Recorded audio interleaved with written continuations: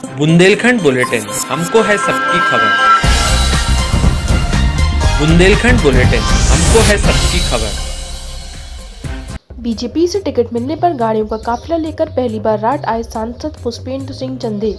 भारी संख्या में भाजपा के कार्यकर्ताओं ने फूलों की माला डालकर स्वागत किया।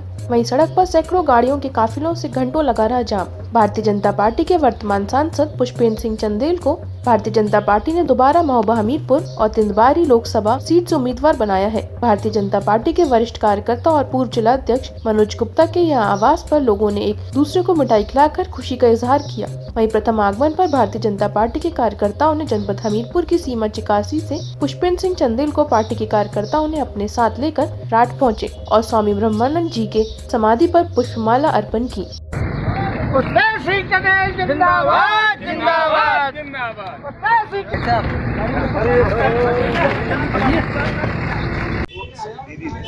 दीदी ने मंगाया, आपको पता है। ये आप आइए, उनका टिकट लेके हम स्वागत करेंगे। इतना बड़ा स्वागत करेंगे कि राजू जी का टिकट नहीं देता हमने। अपने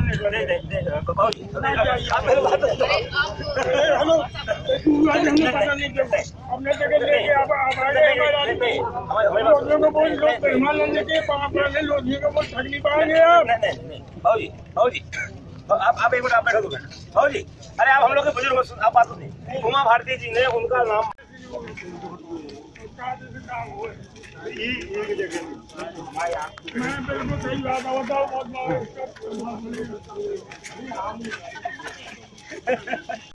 आप चलो, आप पहले माल्यार्पण करवाओ स्वामी जी के। बिल्कुल निकल जाओ, चलिए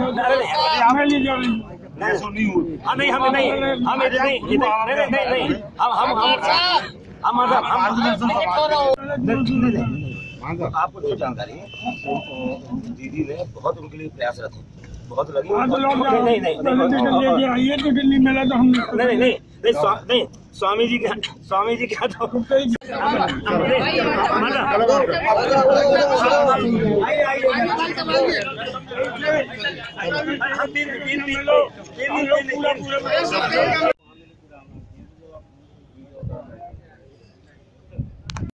श्रम भी बचेगा, समय भी बचेगा, और धन श्रम समय तीनों बहुत बहुमूल्य चीजें हैं।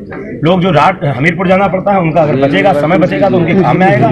निश्चित रूप से एक व्यवस्था है, उस व्यवस्था के नाते ये है। हम भी चाहते हैं अगर मेरे कार्यकाल में बनेगा तो मैं भी सोचूंगा, हमारी विधायक जी के कार्यकाल में बनेगा तो भी हम सब लोग, हमारी पार्टी की सरकार के कार्यकाल में अगर बनेगा। सर, राज्य में भी हमारी सरकार है, केंद्र में भी हमारी सरकार है, फिर भी रात को जिला बनने में इतनी अड़चने आ रही है, क्या वजह है? ये एक दिन का काम नहीं होता है, लंबी प्रक्रिया है, सतत प्रक्रिया है और बहुत बड़ा काम है, छोटा काम नहीं है। ये हम लोगों की हैसियत का काम नहीं है, हम लोगों का काम है। इस बड़े यज्ञ में हम भी अपनी आहुति डालते रहेंगे और निश्चित रूप से जब पूर्णाहुति होगी तो जो आप लोगों का सौभाग्य पर दिया। समय लगता है और मैं आपको विश्वास दिलाता हूँ समय लगेगा, लेकिन ये रेलवे लाइन निश्चित रूप से बनेगी, निश्चित दौड़ेगी। क्योंकि मेरे मन में ये भाव था कि मेरे संसदीय क्षेत्र में 5 विधानसभा क्षेत्र हैं। चारों विधानसभा क्षेत्र में 4 में रेलवे लाइन है। तिंदवारी में भी है, हमीरपुर में भी है, महोबा में भी है, चरखारी में। केवल राठ ऐसा विधानसभा क्षेत्र है जहां पर रेलवे लाइन नहीं है। पहले दिन से हमने कहा कि हमारा काम है केंद्र की योजनाओं को लाना, प्रदेश सरकार की योजनाएं लाने के लिए हमारी बंदी विधायक जी लगी रहती है, रात दिन परिश्रम करती रहती है, हमारे सभी विधायकगण परिश्रम करते रहते हैं। भारत सरकार की योजनाओं को लाने की जिम्मेवारी सांसद की होती है। हम लोग जुटे, उस पर बात किए, पूरी तैयारी किए, उस पर बहुत ढंग से काम किया और जितने ढंग से काम हुआ वो आपको उसकी जानकारी है और उसको हम लोगों ने किसी प्रकार से उसको कराने में सफल हुए और एक बड़ा नया रास्ता एक देश के लिए, देश से जुड़ने का राठ क्षेत्र के लिए खुला है और वो रास्ता खुलेगा, लेकिन समय लगेगा। मैं झूठी बात कभी करता नहीं हूँ, थोड़ा समय लगेगा क्योंकि उसमें भूमि अधिग्रहण होना है।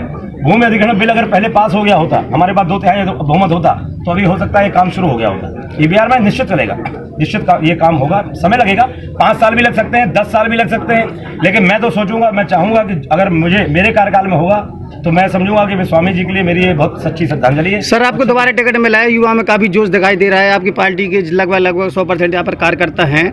क्या इस बार भी मोदी लहर में का आजादी देखने को मिलेगा? क्या उनकी सुनामी में छोटी मोटी पार्टियां बह जाएंगी? देखिए, पहली बात मैं बता दूं, मुझसे कई गुना काबिल लोग हमारी पार्टी में सैकड़ों लोग हैं, बहुत लोग सांसद के प्रत्याशी के दावेदार हैं, बहुत लोग हमसे ज़्यादा सक्षम हैं। पार्टी ने मुझ पर भरोसा किया तो मैं आपको ये विश्वास दिला सकता हूं कि जब तक प्रतिनिधि रहूंगा कभी भी कोई गलत काम नहीं करूंगा, कोई दुश्मनी नहीं बढ़ाऊंगा, किसी को नुकसान नहीं पहुंचाऊंगा, कोई भ्रष्टाचार नहीं करूंगा, किसी को सताऊंगा नहीं। जो बन पड़ेगा पीड़ित लोगों की, दबे लोगों की, कुचले लोगों की पूरी दिल के साथ, शिद्दत के साथ मदद करूंगा, चाहे मुझे अपनी जान भी गंवानी पड़े। सर, मोदी जी की सरकार में सबका साथ सबका विकास की बात हुई थी, लगभग ये बात काफी हद तक साबित भी हो रही है। क्या इस बार भी अगर सरकार बनती है तो इन नीतियों को लेकर चला जाएगा? निश्चित रूप से सरकार इन नीतियों को लेकर के चलेगी और देश के विकास के लिए मोदी जी ने जो काम किया है, मुझसे ज्यादा मीडिया के आप सभी विद्वान बंधु जानते हैं। हम लोग तो दिन भर सड़क में रहते हैं, दिन भर संपर्क में रहते हैं। हम लोग कई बार समाचार नहीं सुन पाते, कई बार अखबार बहुत ज्यादा नहीं पढ़ पाते, गाड़ी में पढ़ पाते हैं। सवेरे 2 बजे पहुंचे, सुबह 5 बजे फिर निकले। आप अच्छी तरीके से जानते हैं इस प्रकार की चीजें। मोदी जी के नेतृत्व में जितना विकास देश में हुआ है और जितना विकास होगा, मैं समझता हूँ 50 साल पहले कोई जो सरकार रही है वो नहीं कर पाई और कभी ऐसा दिन नहीं आएगा कि दूसरे लोगों को इस बात की मेहनत करनी पड़े। मोदी जी जितने अधूरे काम है, बिना उन कामों को पूरा किए मोदी जी की सरकार देश से जाने वाली नहीं है। धन्यवाद।